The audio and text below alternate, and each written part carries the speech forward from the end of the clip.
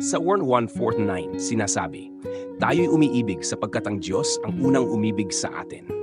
Ang talatang ito ay nagpapakita ng batayan ng Kristiyanong pag-ibig at ang pinagmulan nito mula sa Diyos. Ipinapahayag nito na ang kakayahan nating magmahal sa iba ay nagmumula sa karanasan ng pag-ibig ng Diyos. Ang pariralang, ang Diyos ang unang umibig sa atin ay nagpapakita na ang pag-ibig ng Diyos para sa sangkatauhan ang nagsimula ng lahat. Ang banal na pag-ibig na ito ay ipinakita sa pamamagitan ng buhay, kamatayan at muling pagkabuhay ni Jesucristo.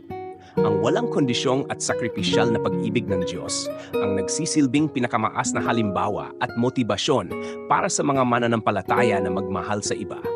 Sa pagkilala na ang ating kakayahang magmahal ay tugon sa pag-ibig ng Diyos, itinuturo ng talatang ito ang kahalagahan ng pagtanggap at pag-unawa sa pag-ibig ng Diyos. Ipinapakita nito na ang tunay na pag-ibig ay nagmumula sa pagkilala na tayo ay minamahal ng Diyos. At ito ang nagbibigay inspirasyon at kapangyarihan sa atin na magpakita ng walang pag-iimbot, mapagmalasakit at pangmatagalang pag-ibig sa ating kapwa.